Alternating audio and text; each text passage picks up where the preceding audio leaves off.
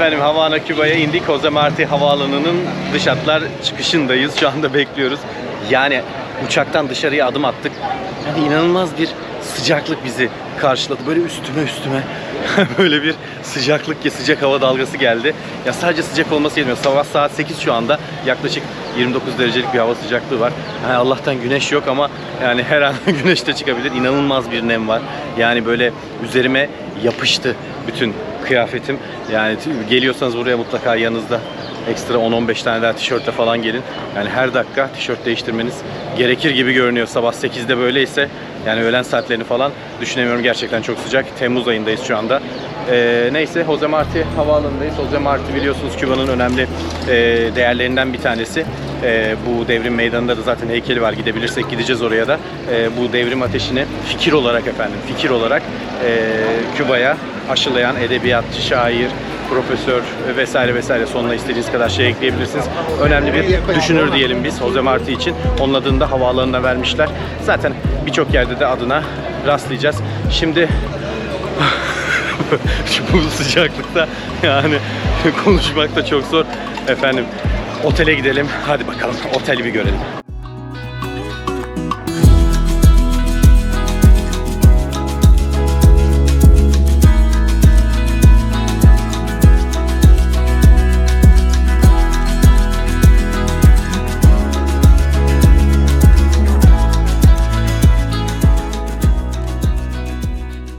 Havana'dayız. Havana'da otelimize yerleştik. Nacional Hotel de Küba'dayız efendim. Küba'da gelirseniz eğer biraz da paraya kıymak isterseniz kalınabilecek en güzel otele yerleştik. Küba standartlarına göre 5 yıldızlı bir otel. Oldukça temiz, ferah, konforlu. Birazdan göstereceğim içini. Şu an sizi şu tatlı Küba manzarasıyla baş başa bırakıyorum. Hemen bir oteli gezelim. Ondan sonra yavaş yavaş Küba'yı da tanımaya başlayalım.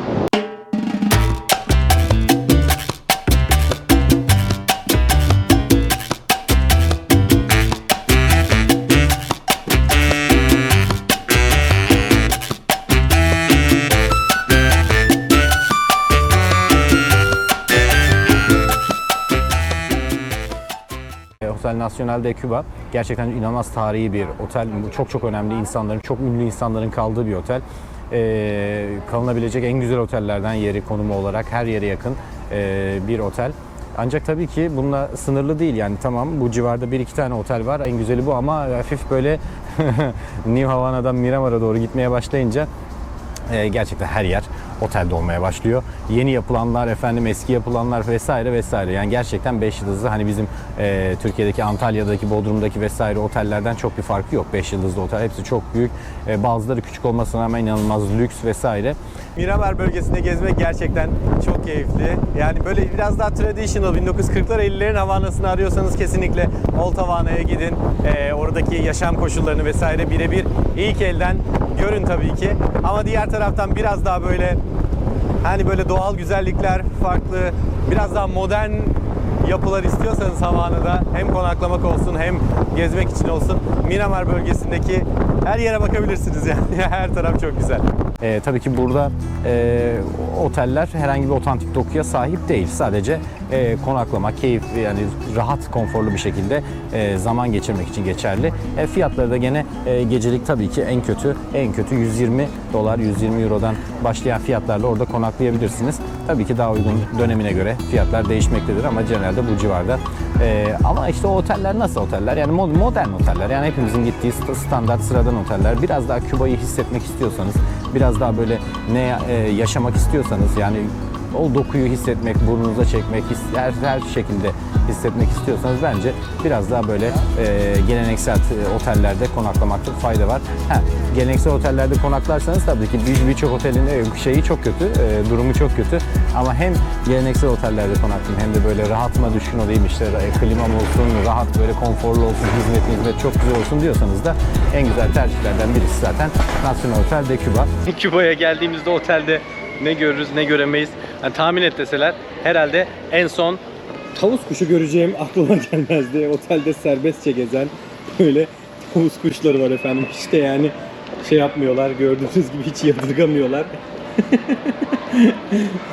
Evet yani Küba'da Havana'da otelde tavus kuşlarıyla beraber yolculuğumuza devam ediyoruz.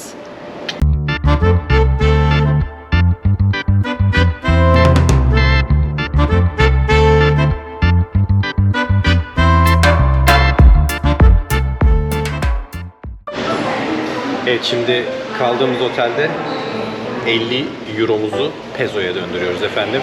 Bakalım ne kadar bir para verecekler. Tabii ki burada otelde de bozdurduğumuz için yüksek kurdan bozduracağız büyük ihtimalle. Ama diğer kara borsa yerlere henüz gitmediğim için biraz pezoya ihtiyacım olduğu için burada bir bozduralım bakalım. Ne kadar verecekler görelim hep birlikte.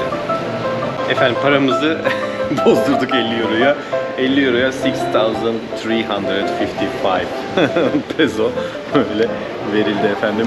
Elim tomarla para gördü vallahi billahi. Bunlar şimdi bu 50 euroyu, yani buradaki binlerce pezoyu neyle harcayacağız bilmiyoruz ama vallahi deneyeceğiz artık.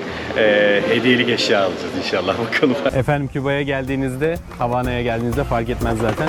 Paranızı çevirmeniz gerekiyor tabii ki. Burada euro, dolar vesaire hepsini kullanabiliyoruz tabii ki. Ama halkın kullandığı peso genel parası şurada da görebilirsiniz. 1000 peso, 100 peso, 50 peso. Şimdi şöyle, bu peso kuk veya kuk diye geçiyor. Yani bunların bir tanesi turistler için kullanılan para birimi. Diğeri de efendim buradaki yerel halkın kullandığı para birimi. Şimdi eğer siz paranızı değiştirmek istiyorsanız ve bunu kaldığınız otel veya böyle banka tarzı bir yer bulursanız tabii ki oralarda bir yerde değiştirmek istiyorsanız gerçekten yüksek kurlarla karşılaşabilirsiniz. Neredeyse 1 euroyu 1 pezoya değiştirebileceğiniz yerler de var. Bu gerçekten çok fark ediyor her yerde. Şimdi bunu black market denilen yerlerde tabii güvenebilirseniz efendim değiştirebilirsiniz paranızı. Oldukça daha yüksek bir değişim oranıyla kurdan sizden alacaklardır. Ama tabii ki halk böyle kafelerde vesairede otururken de eğer böyle euro falan verirseniz ödemek için her yerde geçmiyor tabii ki de.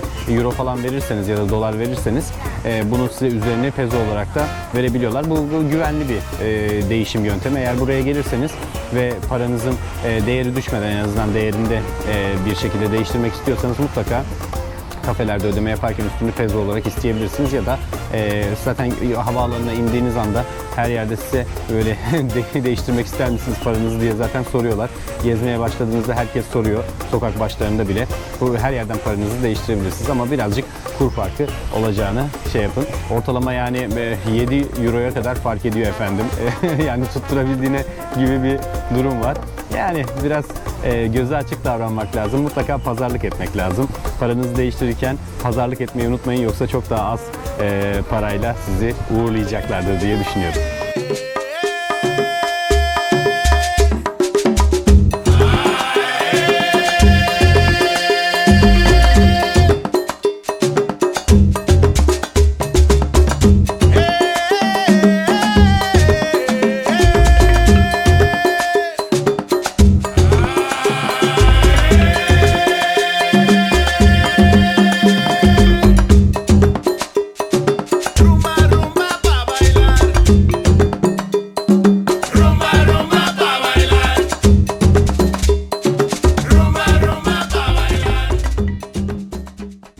Hani Küba'ya geldiğinizde, Havana'ya geldiğinizde her yerde böyle pro alıyorsunuz ya, böyle insanlar size çok yardımcı oluyor, böyle geliyor. Efendim pro lazım, pro işte gel hadi fabrikadan yeni çıktı, işte şöyle oluyor, böyle oluyor, sizi götüreyim falan derlerse yani %95'ine herhangi bir inancınız olmasın. Ya onlar sokakta satılan normal prolar efendim. Zaten şöyle düşünün, yani bir böyle tezgahın önünde bir pro duruyorsa yani onun böyle tamam Küba'da üretilmiş olabilir ama gerçekten Havana prosu olması ihtimali birazcık düşük. Çünkü gerçekten pro imal eden ve böyle kaliteli prolar sergileyen yerlerde hepsinde zaten belli standartlar var. İçerinin belli bir sıcaklıkta olması gerekiyor. Ayrıca proların saklandığı yerin de belli bir sıcaklığı 22,6 derece civarı olması gerekiyor. Dolayısıyla biz birazdan gideceğiz. Muhteşem bir pro ve brandy rom fabrikasından prolarımızı, hediyelik prolarımızı diyeyim, alacağız. Rumba, rumba,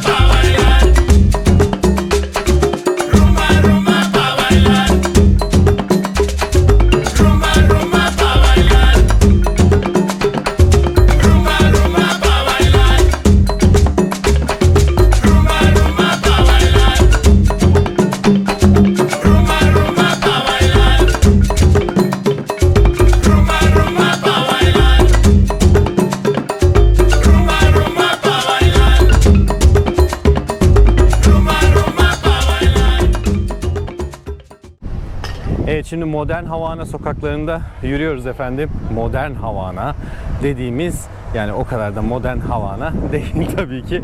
Yani sadece binalar biraz daha fazla bakımlı. Binalara baktığımızda etrafa bir dönelim bakalım. Fena değil, güzel. Yani işleri nasıldır bilmiyorum ama gerçekten Old Havana'daki binaları gördükten sonra Modern Havana bölgesindeki binalar gerçekten diğerlerine göre güzel. Burası da karşıda gördüğümüzde başka bir otel. Bu oteli de insanlar sıkça kullanıyor. Ancak tabii ki diğer otelle kıyaslandığında, Nacional de Cuba ile kıyaslandığında aradaki fark bayağı bir ışık yılı buluyor.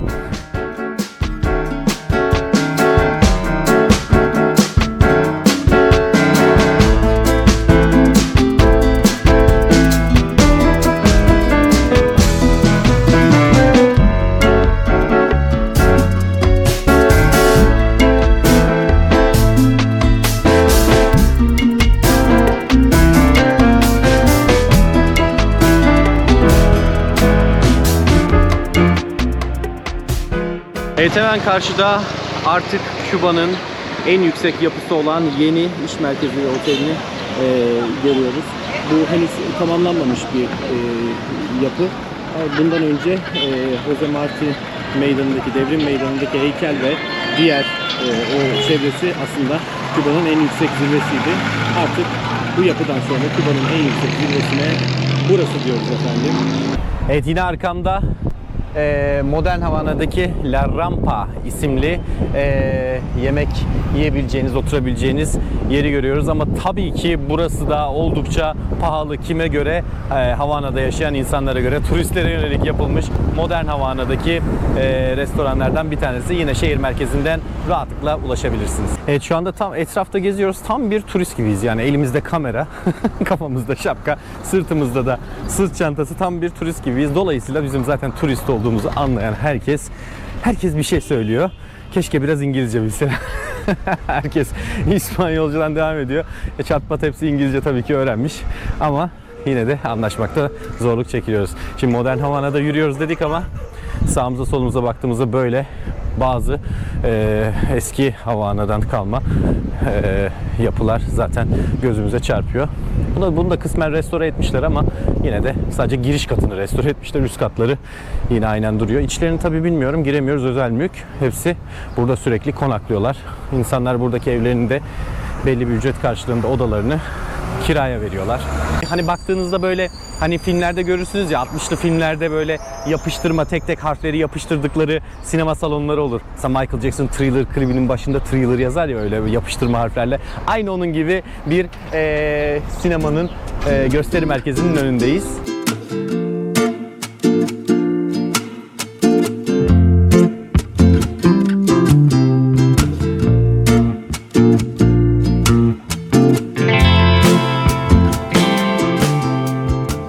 Modern Havana'nın böyle herkesin söylediği bir dondurmacı vardı. Orada bir dondurma yemeye geleyim dedim. Modern Havana'nın merkezindeyiz. Gene bu yeni yapılan büyük otelin hemen altındaki bir, yani AVM gibi yani midi AVM. Şöyle göstereyim. Evet, dondurmacının içini şöyle göstereyim. Burası böyle komple insanlar oturup dondurmalarını yiyor. Üst katı da var böyle. Coppelia mekanın adı, artık markanın adı mı, mekanın adı mı, buna da bakıp söylerim efendim. Yani şimdi dondurma yemeye çalışıyorum ama şimdi burada üst kat, alt kat bir sürü salon var efendim. Salon 1, 2, 3, 4 bakalım. Salon 3, salon 4, salon 1, salon 2. Bir sürü salon var. Ya masalara bakıyorum. Hani kimsenin bir şey yediği yok. Alt kata baktım. Barın üstünde oturanlar. Hani hiç kimsenin bir şey yediği yok. Bitirmişler de değil. Bekliyorlarsa zaten o kadar insana nasıl hizmet verecekler bilmiyorum ama yani böyle terk edilmiş kasabada oturan ne iş yaptığı belli olmayan insanlar var ya, onlardan gibi görünüyorlar. Abi sorayım bakayım. İngilizce bilen de yok zaten. Bakalım dondurmamızı yiyebilecek miyiz? Karşıdaki şurada bekleyen sıra sanırım dondurma sırasıymış efendim. Yani dedim ya, Havana'ya geldiğinizde Sıra beklemeye hazır olun efendim. Her şey için sıra bekleyin. Fişinizi alın, oturun. Artık gelir mi, gelmez mi, ne zaman gelir belli değil. Ben ne yaptım efendim? Dondurma yemekten vazgeçtim.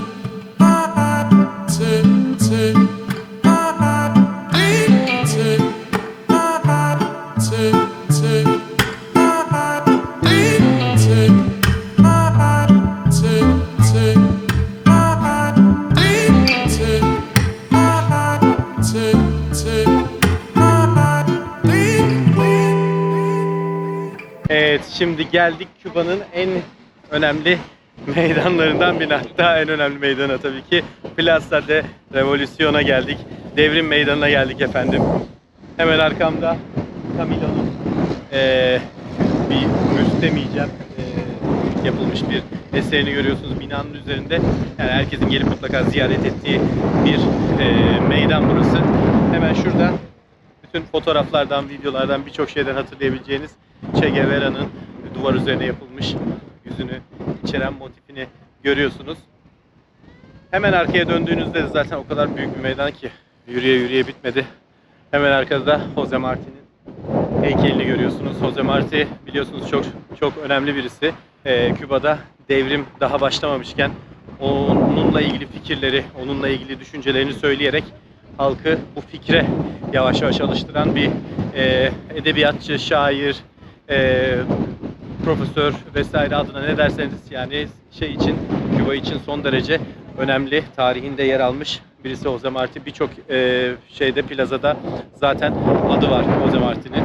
Aynı zamanda gördüğünüz gibi buralarda herhangi bir Fidel Castro heykeli falan görmüyoruz aslında. Belki bir yerde vardır diye baktım ama aslında Fidel Castro'nun biliyorsunuz ölümünden sonra vasiyeti üzerine kendi heykellerinin vesairesinin dikilmemesini istemiş.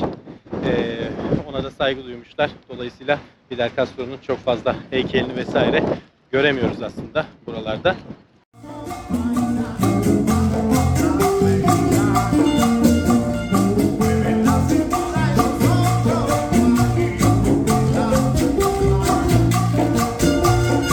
Efendim Havana'ya gelmeden bir önemli mekana gitmeden olmazdı. Neresi mi? Hadi bakalım. Evet efendim, Old Habana'ya çok yakın, Fener'in hemen arkasında önemli bir yerdeyiz aslında. Neden buradayız? Burada farklı milletlerden tarihe değer katmış, tarihe adını yazmış önemli isimlerin yer aldığı bir büstlerin olduğu köşe var. Ve burada söylemekten de gurur duyuyoruz efendim. Arkamda göreceğiniz gibi Mustafa Kemal Atatürk'ün de bir büstü var efendim. Kendileri Kübalı insanlar. Mustafa Kemal Atatürk'ün emperyalizme karşı kendi yaşadığı dönemde verdiği mücadeleden ötürü ona gerçekten hem tanıyorlar hem saygı duyuyorlar, büyük saygı duyuyorlar. Küba'da da burada diğer devlet büyükleriyle birlikte tarihe adını yazdıran isimlerle birlikte Mustafa Kemal Atatürk'ün büstünün yanındayız efendim. O da var tabii ki.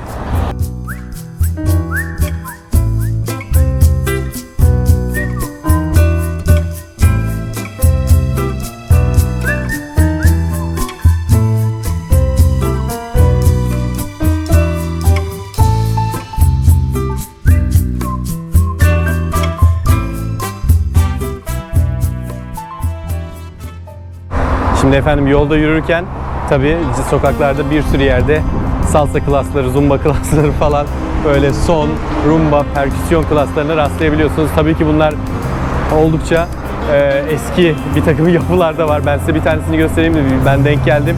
Hemen sahil şeridinde salsa son, malekon, zumba klası varmış abi bugün. Cep telefonunu da yazmışlar.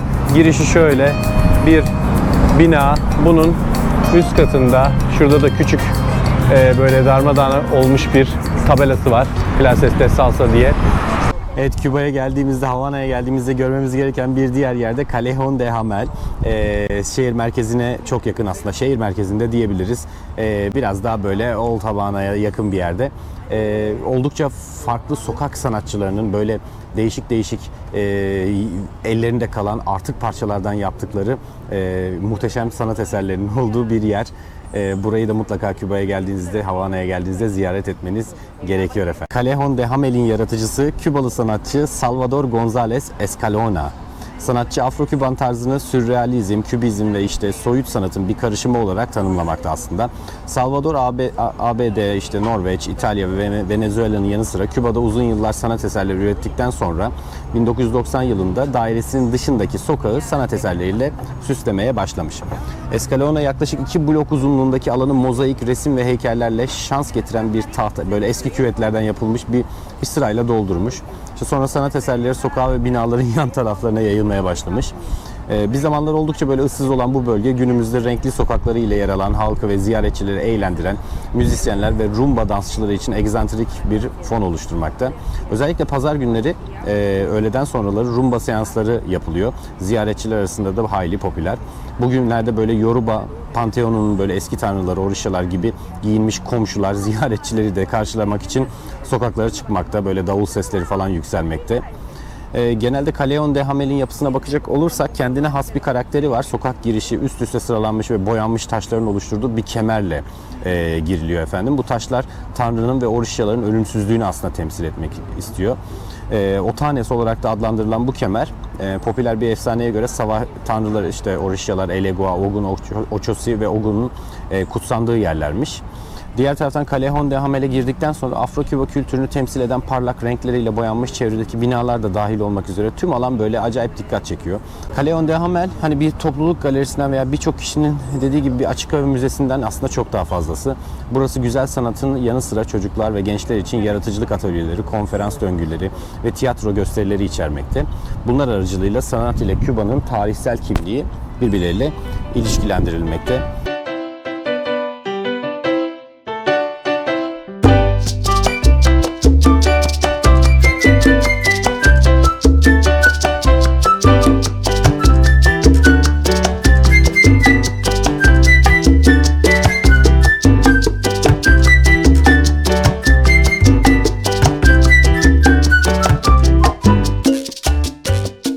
Şu meşhur rengarenk Havana arabaları efendim, o klasik arabalarıyla bir şehir turu atalım mı? Bence bir deneyelim, ne dersiniz? Hadi bakalım bir şehir turuna gidelim.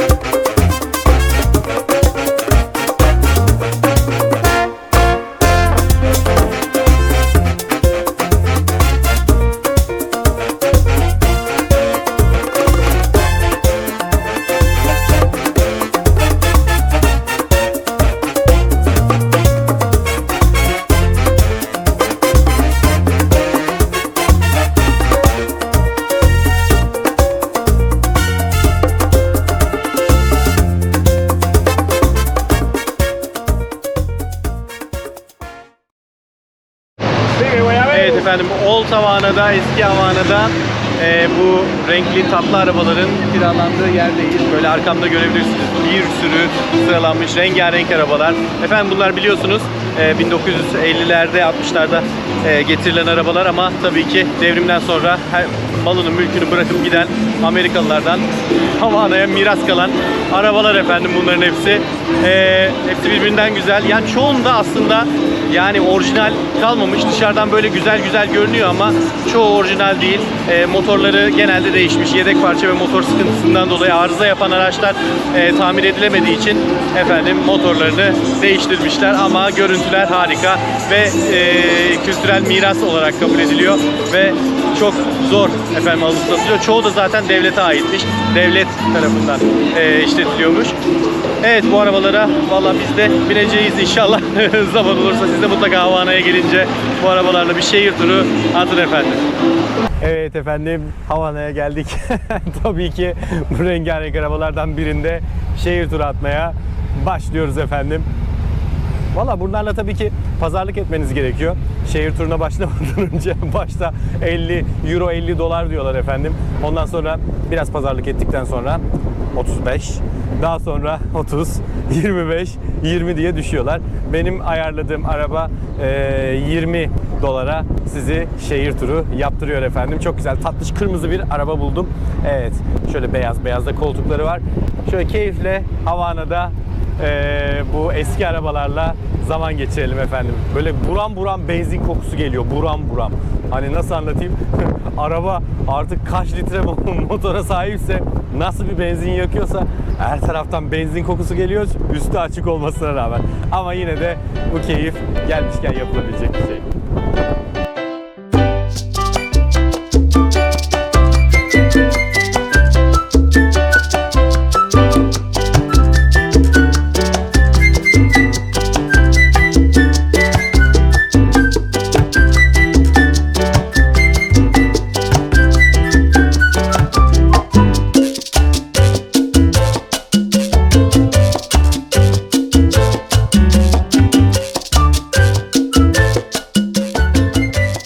Evet, Havana Küba'ya geldiğimizde mutlaka ziyaret etmemiz gereken bir diğer yerde Forest Park. Biz Forest Park'a gittik. Efendim, kimleri gördük, kimleri Forest Park'ta. Nehrin kenarında kimlerle karşılaştık, kimler. Hadi bir gelin bakalım. Efendim, Forest Park'tayız. Sucuk gibi olduk. Üstünde tişört ve gömlek bana yapıştı. Yani muazzam bir park gerçekten. Almendares River'ın hemen köşesinde, herkesin uğrak yeri. Efendim, düğün çiftleri de burada fotoğraf çektirmek için geliyorlar. Şöyle göstermek istiyorum. Arkamda da bir düğün çifti, evlenecek çift ve burada bir tane daha güzel Kübalı gelin evleniyor efendim. Evet, Forest Park'ın içinde gezmeye devam ediyoruz. Turistlerin bolca uğrak yeri gerçekten. Böyle ağaçlardan gökyüzünün kapandığı caddeleri olan, böyle güzel bir nehrin şırıl şırıl aktığı bir park, Forest Park.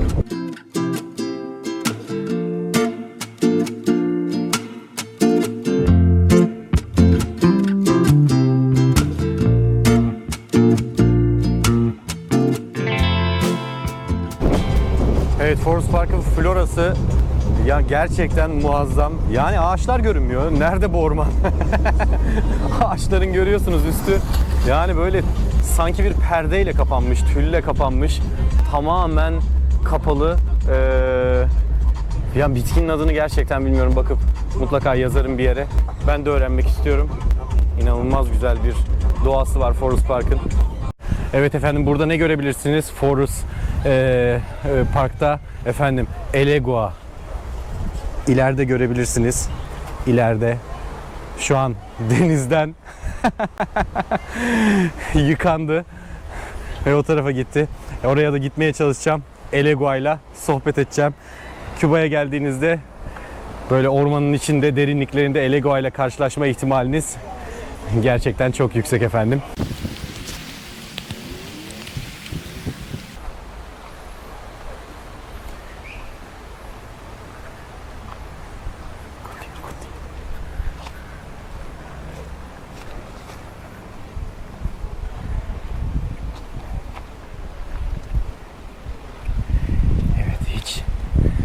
Rahatsız etmiyoruz kendisini.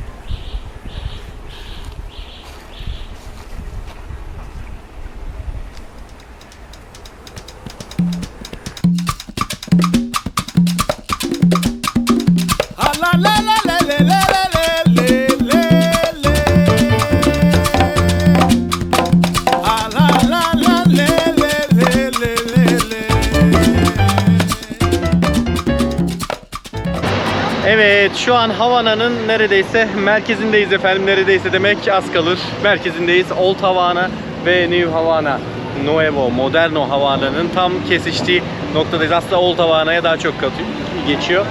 Buraya Central Park diyorlar. Park de Central falan diye. Yani Merkez Park diyebiliriz aslında. Yani gerçekten muazzam yapılar var. Hani bu gördüğümüz renkli renkli arabalar vesaire hepsi genelde buralardan kiralanıyor. Evet, parkın arka tarafında muhteşem iki tane otel var. Otel Inglaterra şu anda görüyorsunuz arkamda. En eski otellerinden birisi, yanlış duymadıysam 1915'ler civarında yapılmış.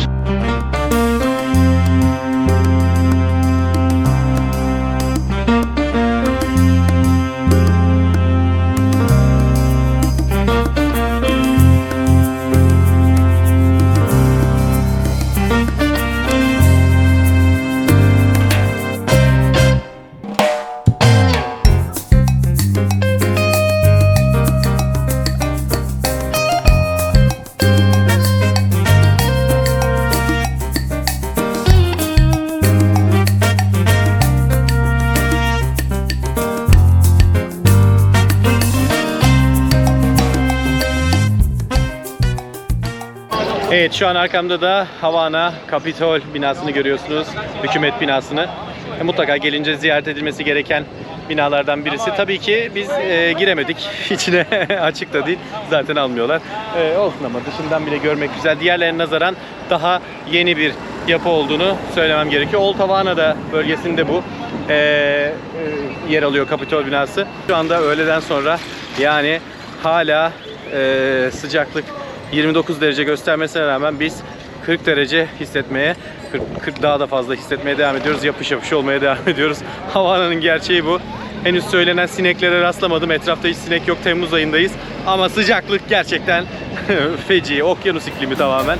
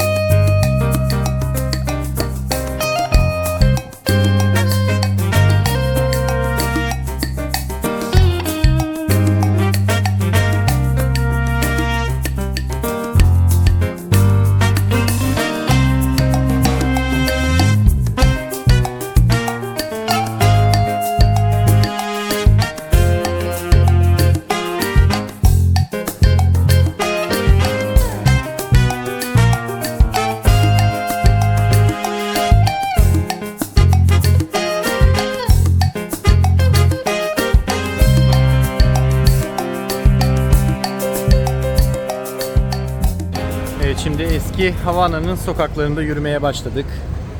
Böyle insanlar kapılarda, kapı önlerinde, evlerinin önünde oturuyorlar. Zaten çok son derece relax bir ülke olduğunu zaten gelmeden de biliyor olmanız lazım. İnsanlar öğlen saatlerinde kapıların önlerine çıkıyorlar. Ondan sonra herhangi bir iş yapmadan aslında çekirdek çitleyip oturuyor. Herkes böyle değil tabii ki. Herkes aslında sonuçta sisteme faydalı olmak zorunda. Nasıl ki burası bir sosyalist ülke, sosyalist devrim geçirmiş bir ülke. Dolayısıyla herkesin bir işin mutlaka ucundan tutması gerekiyor. Şimdi devlet tabii ki ihtiyaçlarının birçoğunu karşılıyor. İnsanlar şöyle zannediyor. Tabii ki aç kalmayacak şekilde devlet halkına yiyecek içeceği bedava veriyor. Tabii bunu karneyle yapıyor. Belli bir seviyenin üzerinde, belli bir limitin üzerinde herhangi bir şekilde yiyecek içecek alamıyorsunuz. Diyelim ki devletin verdiği yiyecek içecekle doymadınız. Yapacak bir şey yok. O zaman siz kendiniz yine onların bedelinin belli bir miktarını ödeyerek ekstra yiyecek içeceğinizi alabiliyorsunuz efendim.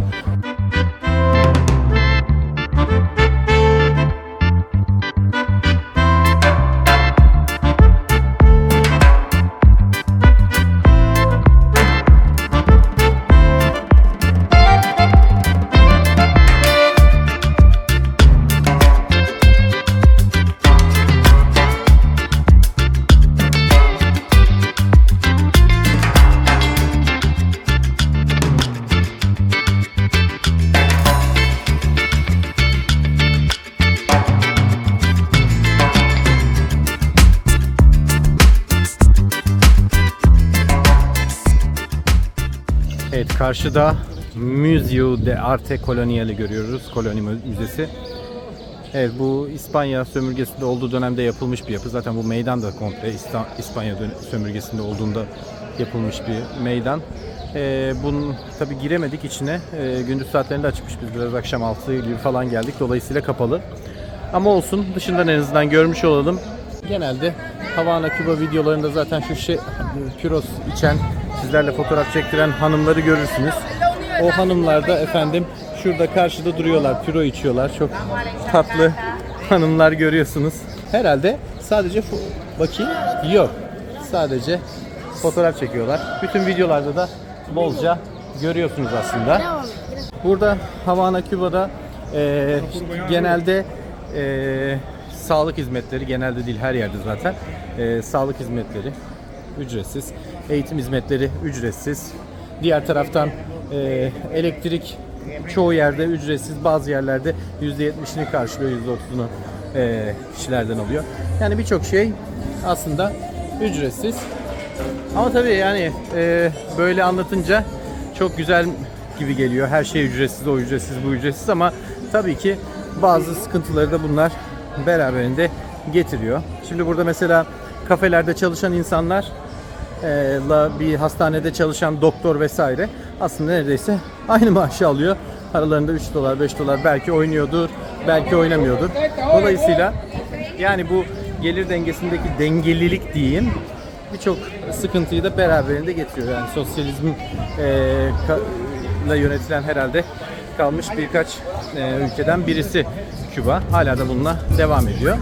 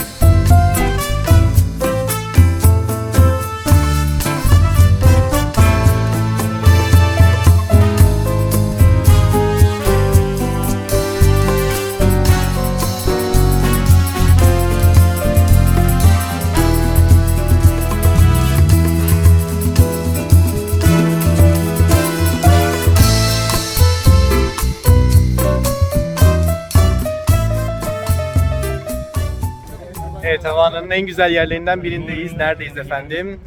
Fener'in, hemen Havana'daki Fener'in olduğu yerdeyiz. Kalenin oradayız. Arkadan en güzel şekilde Havana'yı görebileceğiniz yerdeyiz.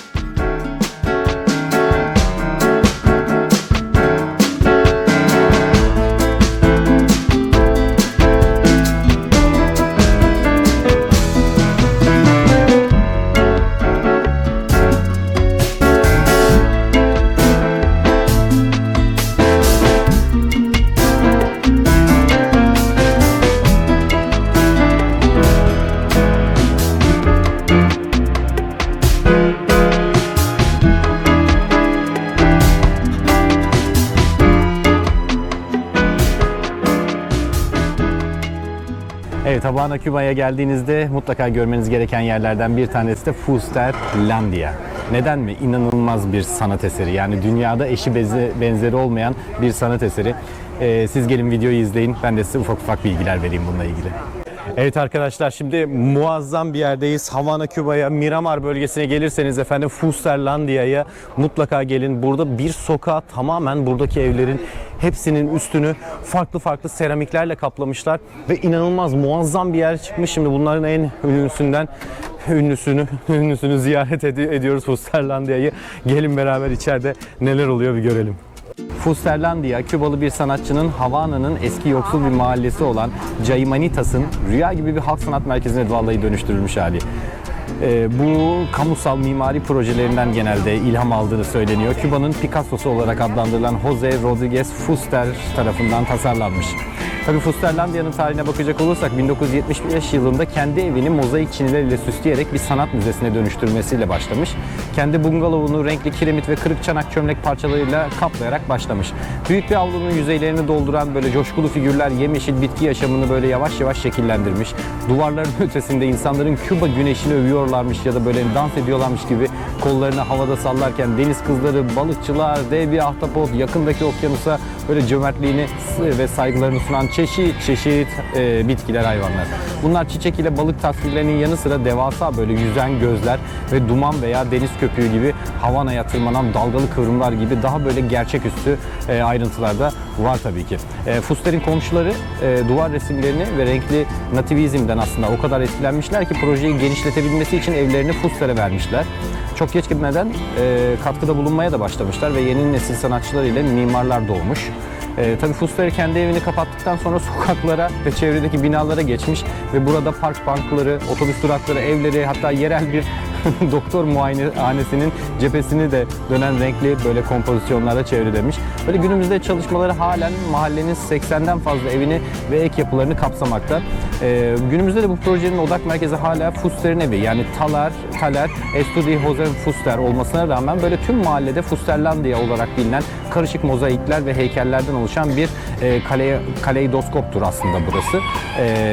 Ziyaretçiler bu modern sanat ve mimarinin bu eşsiz örneğinde kemerli geçitlerin böyle altından geçerek, seramiklerin yakından inceleyerek dalgalı yürüyüş yollarını ve labirent geçitlerini böyle keşfedebiliyorlar efendim. Ve efendim Fusterlandia'nın tepesindeyiz. Yani inanılmaz bir yapı, gerçekten söylenecek fazla bir söz yok. Muhteşem bir sanat eseri, dünya mirasları içine koyulabilir.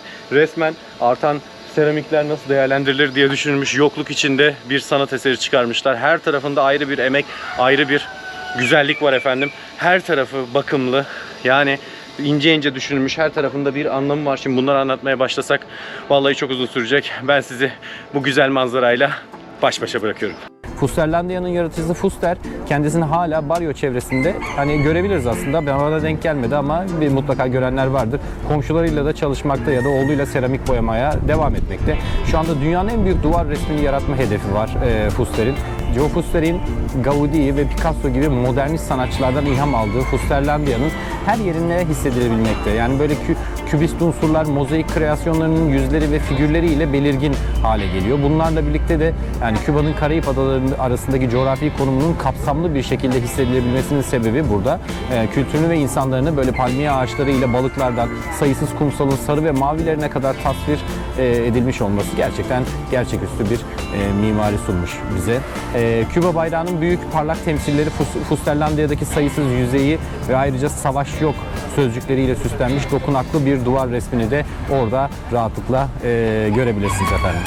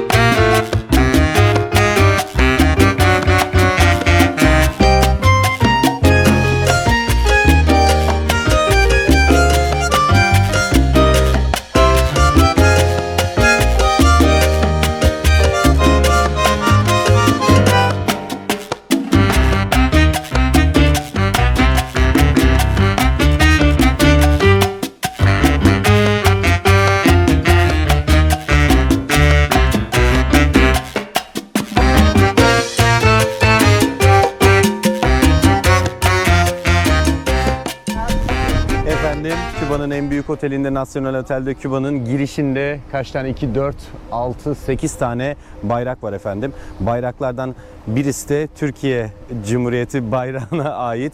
Evet, buradan da Küba ile Türkiye arasında nasıl ilişkiler olduğunu belki biraz anlayabilirsiniz. Başka nedenlerden de birçok ticari girişimlerden dolayı da Küba ile aslında Türkiye arasındaki ilişkiler iyi düzeyde. Otelin televizyonlarını yeniliyorlar efendim. Bilin bakalım televizyonlar ne marka? Hatta gittiğimde de şu an takıyorlardı, ben size göstereceğim. Vestel marka televizyonlar takıyorlar efendim. Buraya kadar ulaşması, hep diyorlar ya Vestel bir dünya markası, hakikaten de bir dünya markası. Dünyanın bir ucunda Küba'da Vestel televizyonlardan televizyon izliyoruz efendim.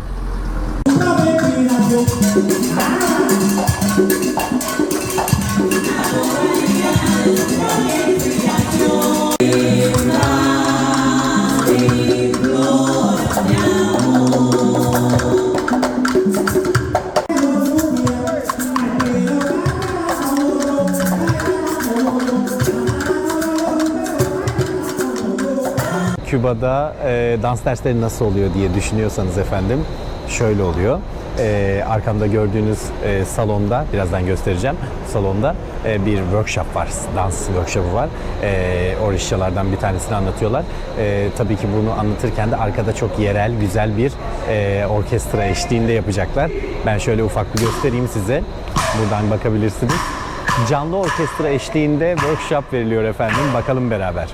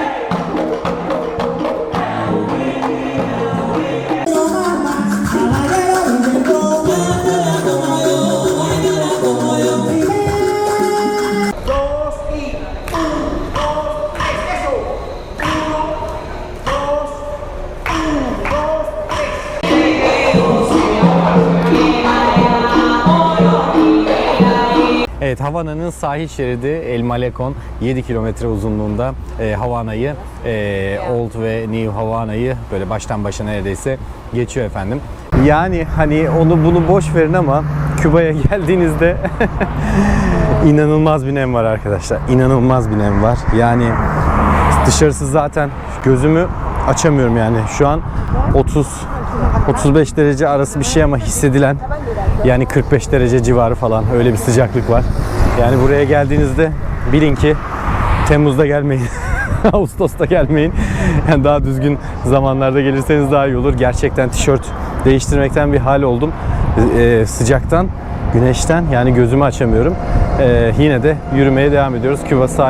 Küba Havana sahil şeridinde şöyle bir gezintiye çıktık efendim. Boş zamanımız vardı. El Malecón bitince küçük bir alt geçitten geçiyorsunuz. Ondan sonra Miramar bölgesine girmeye başlıyorsunuz. Şu an videolarda da gördüğünüz üzere Miramar gerçekten inanılmaz güzel bir yer. Mutlaka görmeniz gereken bir yer. Neden mi? Yani burada devrimden önce bütün zenginler, bütün parası olan insanlar, önemli insanların hepsi Miramar bölgesinde eve sahipmiş efendim. Burada yaşıyorlarmış.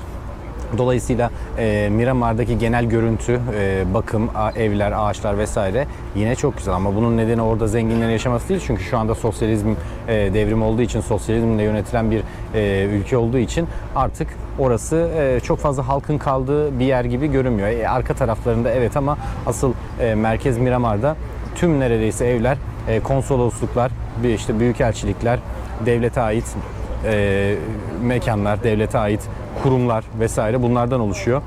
Bunların gerçekten çok güzel durumları, özellikle büyükelçiliklerin hepsi zaten çok güzel. Onun dışında devlet kurumları falan da burada çok güzel. Yollar vesaire, ağaç, ambiyans falan çok inanılmaz bir durumda. Yani şöyle düşünün, Havana'yı ben kendi gözlemlerine 3'e ayırdım. Yani Old Havana, modern Havana dediklerine New Havana diyebiliriz ve diğer Miramar bölgesi efendim. Yani bu üçü birbirinden gerçekten çok farklı. Ve Old Havana ile New Havana'yı tam ortada olan bir tane hastane aslında bir ayırıyor. Sınır çizgisi gibi düşünebiliriz. Ulusal hastane. Evet, şimdiki durağımızda Casa del Musica Miramar'dayız efendim. İçeriye bir göz atalım.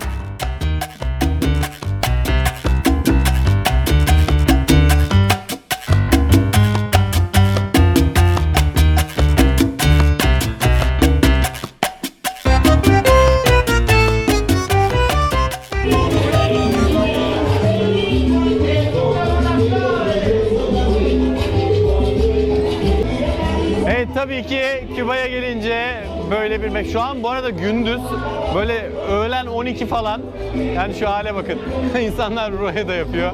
Yani Küba'ya gelince tabii ki Casino Rueda'nın en güzel örneklerini görmek mümkün efendim. Efendim, kaldığımız otelin muhteşem bir Hall of Fame barı var efendim. Ünlüler barı var. İçeride gerçekten yani gelmeyen kalmamış. Yani saymakla bitmez. Hani hiç devlet başkanlarından aşağı doğru inin yani sanatçılara. Neredeyse bütün cumhurbaşkanlarını ağırlamış, önemli kişileri burada konuk etmiş bir yer. Hani Kevin Costner'ından tutun, Kim Basinger, Tom Cruise'undan çıkın efendim. Yani Küba'ya gelen birisi National Otel'de Küba'da mutlaka kalmış efendim bir şekilde.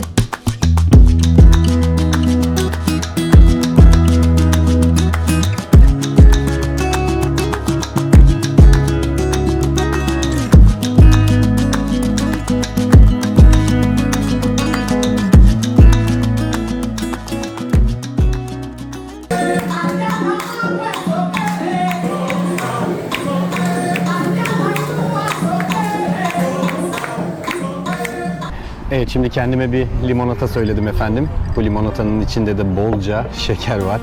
Küba'da bir içki söylediğinizde nerede olursa olsun şekerle ilgili probleminiz varsa mutlaka belirtmeniz gerekiyor. Her şeyin içine bol bol şeker atıyorlar efendim. Benimkinin de dibinde şöyle bir şekerle aldım. Valla ben sevdiğim için pek bir sıkıntı yok aslında ama sıkıntısı olanlar varsa mutlaka içkilerini söylemeden ne kadar şekerli olması gerektiğini bence söylesinler. Çünkü şeker Küba'da çok önemli bir besin maddesi. Aslında 1900'lü yılların başında yavaş yavaş şeker üretiminde 1900'lü yılların ortalarına doğru aslında şeker üretimi iyice hız kazanıyor Küba'da.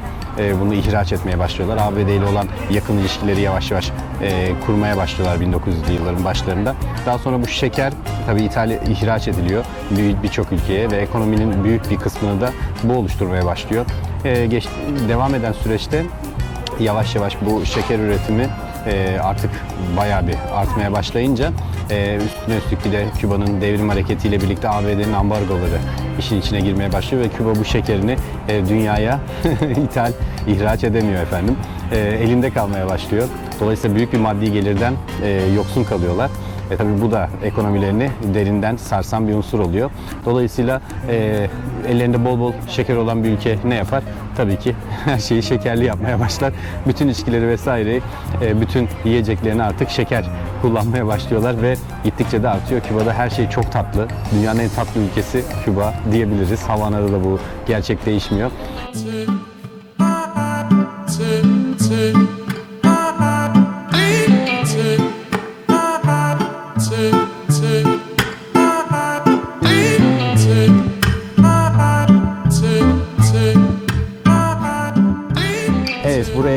Havana'ya geldiğinizde dansçılar olarak mutlaka ziyaret etmeniz gereken bir yer var efendim. Küba Ulusal Sanatlar Enstitüsü, yani ENA ve İSA. Biz de buraya görmek için aslında gittik ama kapalıydı efendim, göremedik. Ama daha güzelini yaptık. ENA ve İSA öğrencilerinin, özellikle ENA'da ders alan, devam eden öğrencilerin hazırladığı bir yöresel kültürlerini tanıttıkları bir koreografi varmış efendim. O koreografi de bir dans okulundaydı. Biz de oraya götürdüler bu gösteriyi izlememiz, kaydetmemiz için. Biz de o gösteriyi keyifle izledik efendim. Şimdi sıra sizde. Hadi bir bakalım. Efendim, Küba Havana'da çok önemli bir yerdeyiz. Neredeyiz? Salsa yapanlar için oldukça önemli. Bütün dünyaya dansçılarını yollamış, eğitimler vermiş. ENA ve İSA'nın önündeyiz efendim. Gerçekten burada olmak çok güzel. İçeriye de girmeye çalıştım ama çok kötü bir dönemde geldim, kapalı. İçeriye giremedim, görüşemedim ama ne ayarladık biliyor musunuz? ENA ve İSA'nı dansçılardan, oranın eğitmenlerinden hazırlanmış, onlar tarafından hazırlanmış muhteşem bir folklorik gösteri var. Küba Ulusal Folklor Dansları ekibi, folklor deyince yanlış anlamayın, onların folkloru rumba, flamenco ve diğer orişyalar olduğu için onlar tarafından hazırlanmış muhteşem bir gösteri olduğunu söylediler ve beni oraya davet ettiler. Vallahi gideceğim tabii ki.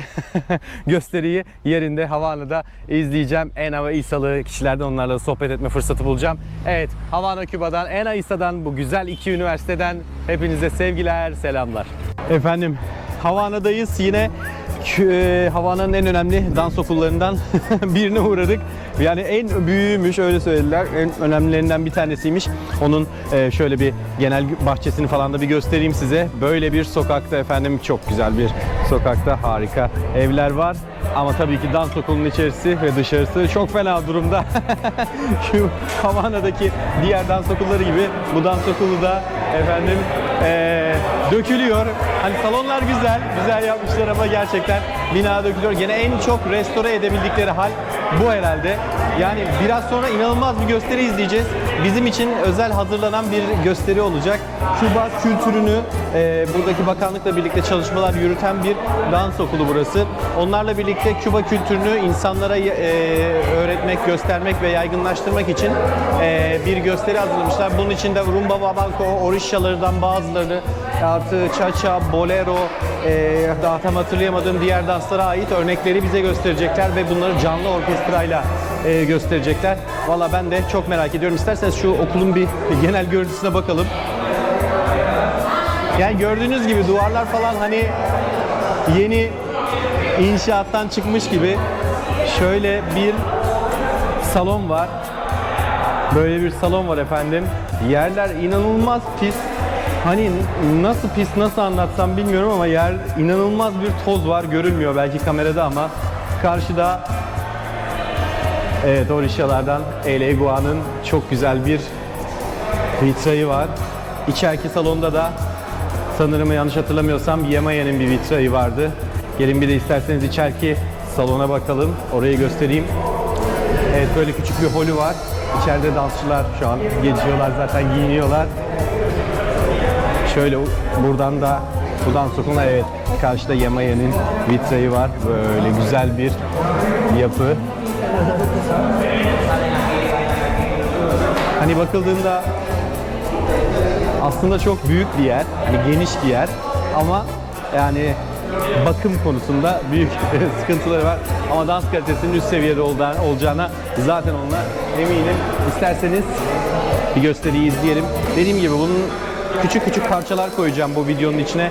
Ama ayrıca videoyu da bulmak istiyorsanız kanalda videonun tamamında bulabilirsiniz. Hadi bakalım izleyelim o zaman.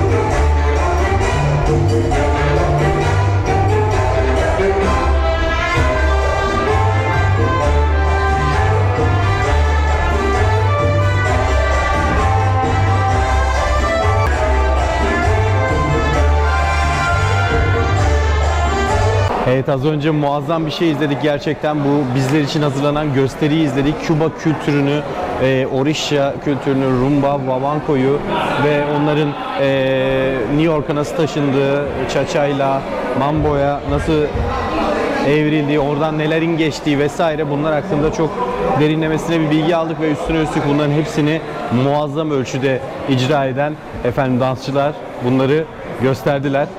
Valla bu ayrıca bir videonun konusu. Ben bunu daha sonra bir videoda mutlaka paylaşacağım sizlerle.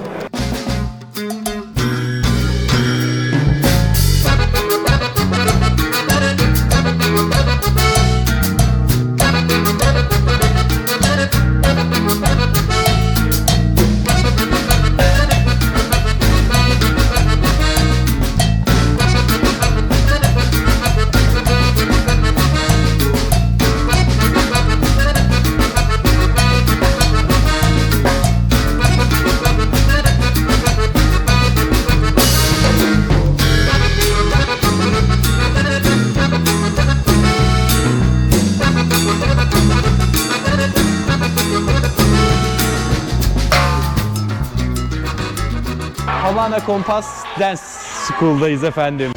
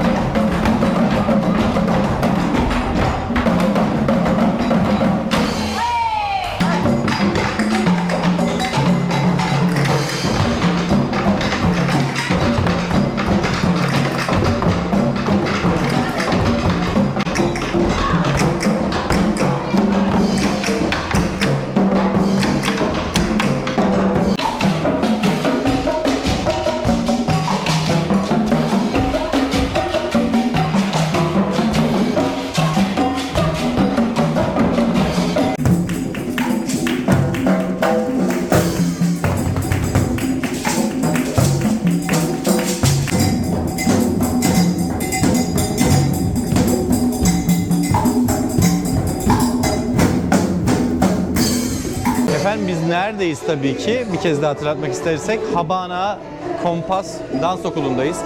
Evet, yani Havana'nın önemli dans gruplarından, dans okullarından bir tanesi. Peki ne yapıyorlar bunlar? Ondan bahsetmek istiyorum. İçeride şu an bachata müziği hafiften geliyor olabilir ama şimdi gösteriyi izledik zaten. Ne yapıyor bunlar? Aslında temelde kendi kültürlerini, Cuban, rumba kültürünü aslında dünyaya yaygınlaştırmak için farklı danslarla mix diyorlar efendim. Gösteriden de ben kısa kesitler koydum, zaten izlediniz. İçinde flamenco, modern dans, caz dans ve birçok dansa ait enstantaneler, dokunuşlar, hissedişler var efendim. Dolayısıyla aslında modernize edilmiş bir ritüel izledik aslında. Rumba ritüeli izledik ama düşündüğünüzden çok daha farklıydı eminim. Çok hoşunuza gitmiştir. Gerçekten altyapısında sadece Kübalı insanlar yoktu. Küba'da yaşayanlar yoktu. Fark ettiyseniz farklı ülkelerden de insanlar vardı. Buraya gelip Küba'da bunlar efendim eğitim alıyorlar. Bu eğitimi burada alıyorlar, sonra ülkelerine gidiyorlar. Bunları değiştiriyorlar artık ya da nasıl istiyorlarsa yeni bir fusion değişik bir şey katıyorlar. Şimdi şey gibi düşünmeyin. Küba'ya geldiğinizde, Havana'ya geldiğinizde rumba'nın en hardcore türünü görecek. Evet, göreceğiz. Traditional türünü kesinlikle göreceğiz. Onu yaşayacağız. Bundan kesinlikle eminiz. Ama diğer taraftan bakıldığında da aslında modernize edilmiş figürlerle içeren birçok danstan esinlenmiş fusion rumba ritüelleri vesairesinde Havana'da bulabilirsiniz. Herhalde bu tarz bir yere gelen ilk Türk olabilirim. Ben de çok şaşırdım gerçekten. Yani birçoğu durumda biz şunu düşünüyoruz. Bu insanlar bunları nasıl üretiyor falan diye düşünüyoruz ama aslında yani bu takip ettiğimiz, ürettiğimiz insanların tamamı, bana saydığı isimleri şimdi saymayacağım, söylememen gerekiyor dedi. Dolayısıyla onların hepsi gelmişler efendim, eğitimlerini almışlar. Ondan sonra gitmişler kendi tarzlarıyla bunu bütün dünyaya yaymışlar efendim ki bunlar çok önemli isimler. Yani sonuç olarak Havana traditional olsun, geleneksel olsun hem de modern fusion olsun bunun Küba bunun efendim öğrenilebileceği en güzel yerlerden bir tanesi. Tabii ki burada kalmak gerekiyor. Eğer siz de kalmak isterseniz Küba'da bu eğitimlerden faydalanabilirsiniz. Şimdi buradaki gösterileri şöyle değerlendirmek lazım. Burada Küba'nın yerel dansı, işte rumba, guaguancó, orisha kültürü vesaire bunların böyle daha farklı danslarla modern dans, contemporary, işte diğer fusion danslar, bale, flamenco özellikle bunlarla giriftliğini yani bunlarla olan ilişkilerini daha iyi gözler önüne sermesi açısından buradaki koreografiler sergilendi. Gerçekten çok farklıydı. Diğer ENA İSA öğrencilerinin gerçekleştirdiği gösterilerden yani yöresel böyle gerçekten güçlü tamamen kültüre özgü gösterilerden ziyade diğer danslarla olan iletişimini, giriftliğini göstermesi açısından bu gösteri de gerçekten çok farklıydı.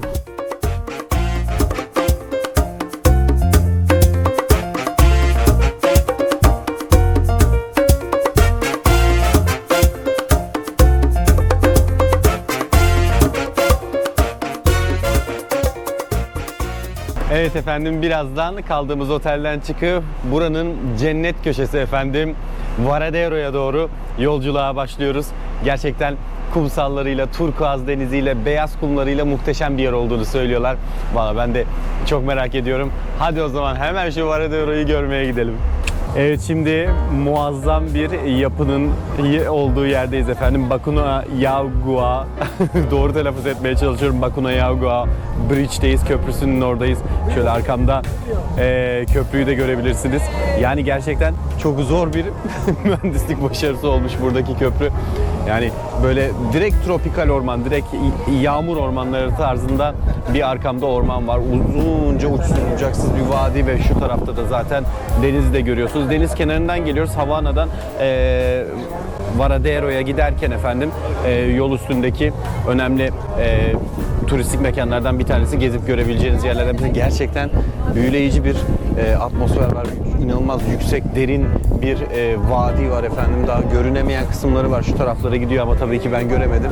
Neyse yolunuz düşerse efendim Bacuna-Yaugua Bridge'e, köprüye mutlaka uğrayın.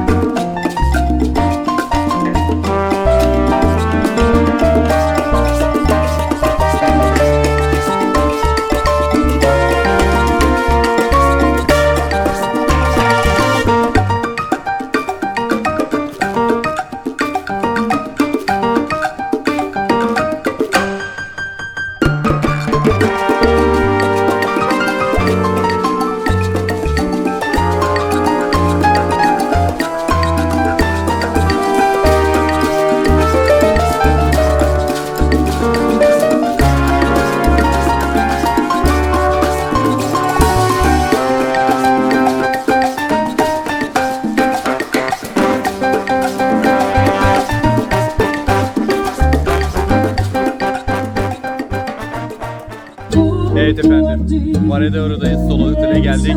Yine akşam yemeğimizden öncesinde her zaman olduğu gibi çok güzel bir Cuban orkestra bizi beslenme mucho'yla programına başladı.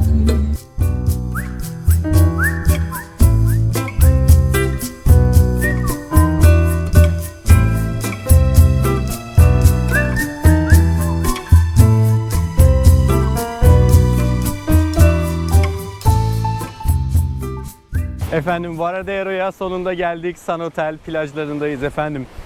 Bembeyaz bir kum bizi karşıladı Varadero Beach'lerde. Yani turkuaz bir deniz. Şöyle arkamda görebilirsiniz. Bembeyaz kumlar. Gerçekten söylenildiği kadar var. Yani Bahamalar, Miami'deki adalar vesaire. Yani hepsinden hiçbir farkı yok. Hatta daha güzel diyebilirim.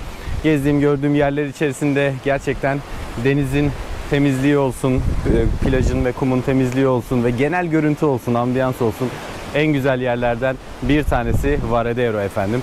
Uğrak yerlerinizin başına koyabilirsiniz eğer Küba'ya gelirseniz.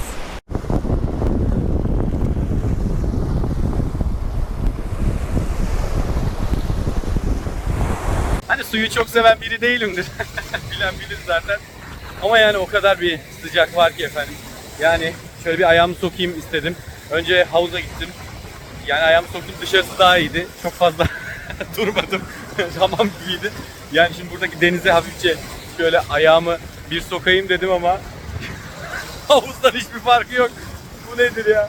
Yani benzer bir durumu nerede görmüştüm? Yani Dubai'ye gittiğimde Dubai'nin denizi gerçekten sıcak demiştim. Herhalde hiçbir farkı yok efendim Dubai'nin denizinden.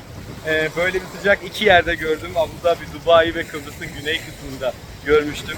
Kolombiya bile biraz daha iyiydi ama Küba'nın bu kısmı, okyanusa bakan kısmı gerçekten çok sıcak. Şu an dizime kadar sular geliyor ama yani gerçekten girecek miyim bilmiyorum. Belki serinlemek için ufak bir mola verebilirim. Efendim zaten videoda ne kadar çıkıyor bilmiyorum ama deniz gerçekten böyle açık, beyazdan, ayağımın dibinden yavaş yavaş böyle açık turkuazda, oradan da yavaş yavaş yeşil ve maviye dönüyor efendim. Muazzam bir görüntü var gerçekten denizde. Sıcaklığına zaten diyecek hiçbir şey yok. Çok sıcak. Yani bu bölgeye özgü bir şey değil aslında. Küba Karayipler bölgesindeki genelde bütün benzer yerlerin benzer habitatları var. Benzer çevreleri var. Burada da bu geçerli efendim. Çünkü Varadero ayrıca tabii ki daha güzel ama Küba Karayipler aynı efendim. Denizi çok farklı değil.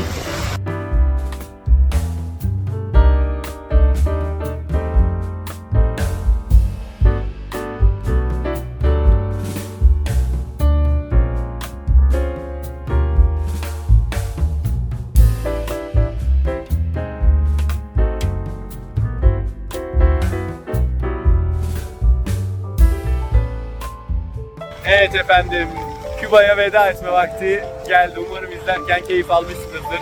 Vallahi ben çekerken, gezerken çok keyif aldım. Gün batımı eşliğinde sizlere veda etmek istiyorum. Vallahi biz kalbimizi Küba'da, Havana'da bıraktık. Birazını da geldik, Varadero'da bıraktık. Birazını da her yere dağıttık efendim. Siz de gelince emin olun, aynı duyguları hissedeceksiniz.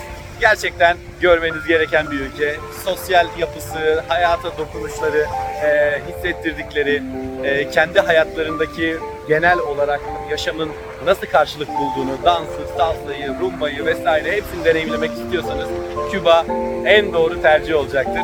Biz gezmekten büyük keyif aldık. Bilip bilmeden gezmeye devam edeceğiz efendim. Şimdilik bu kadar. Herkese selamlar. Görüşmek üzere.